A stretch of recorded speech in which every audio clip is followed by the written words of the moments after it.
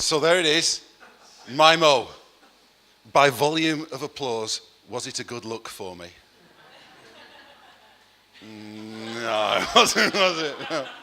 You can see why I got rid of it, can't you? But you see, I didn't grow the moustache to look good. I grew the moustache so people would go, what the bloody hell have you grown that for? So I could tell them the story.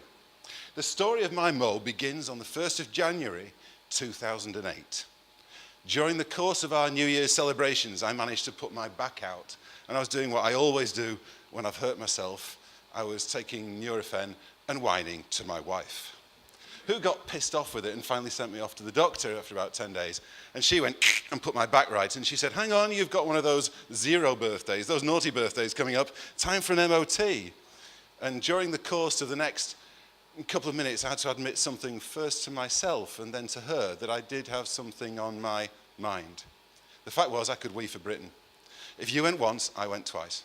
I was weeing just about any opportunity I got. I was strategically planning journeys around town to go to the loo. I was getting up in the middle of the night. I was not drinking at bedtime. I was not drinking after 6 o'clock at night because I needed a wee. And she said, we'll do a few tests and find out really why that might be. Probably nothing to worry about, Andy. So she took some tests, and 3 days later, I got a phone call. Andy, we'd quite like you to come in and discuss the results of your tests. All right. And she said, they're fine, except for one. And there's a thing called your PSA, and it shouldn't be more than 3 for you, and yours is 12.9. And I said, what does that mean? She says, you've probably got prostate cancer.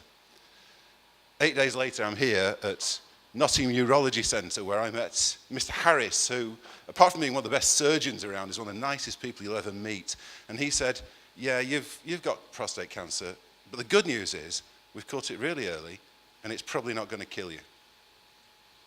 But one man dies every hour in Britain from prostate cancer. There will be 35,000 men diagnosed with it this year. It's the biggest cancer killer in men in the Western world. This bump with my own mortality stopped me in my tracks. And I have to admit, for a while I was scared, but I have a fantastic support system. They're sat there.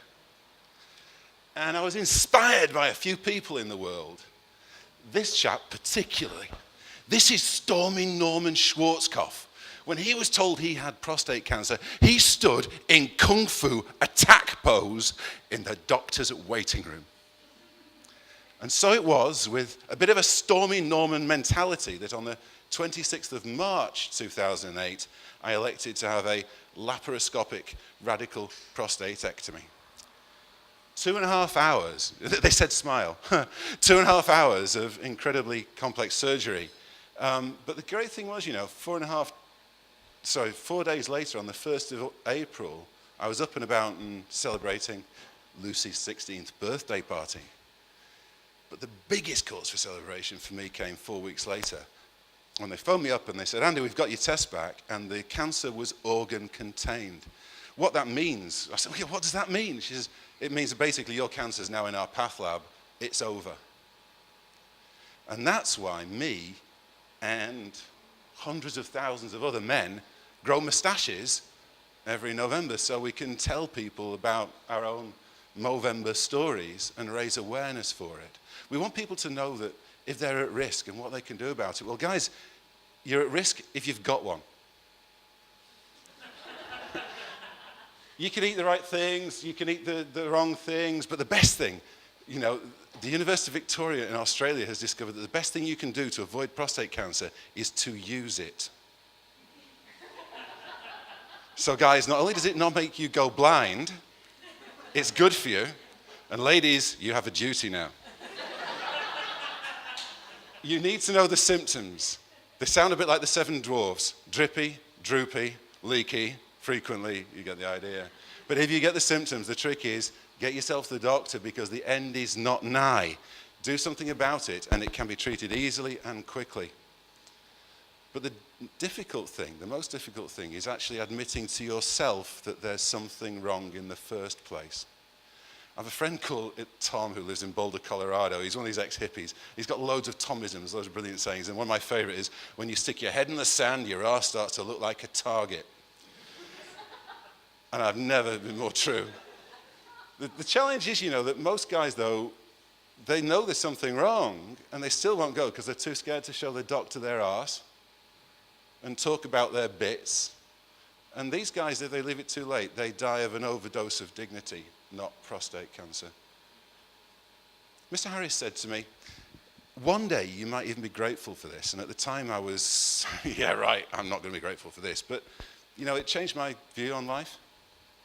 It changed the way I see things. And I found particular strength from the words that Kalidasa wrote in the 5th century.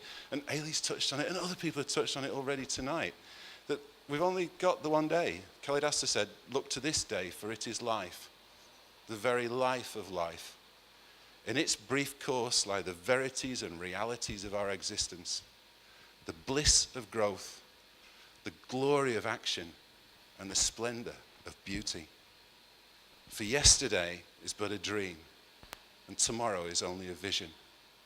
But today, well lived, makes all your yesterdays dreams of happiness and your tomorrows visions of hope. So look well, therefore, to this day. And that, I guess, is my closing wish for you, that you make every day a day well lived, a day where you find joy, a day where you find happiness, a day where you find peace, and a day where you find the courage to do the tough stuff that makes sure you get many, many more days well lived to come.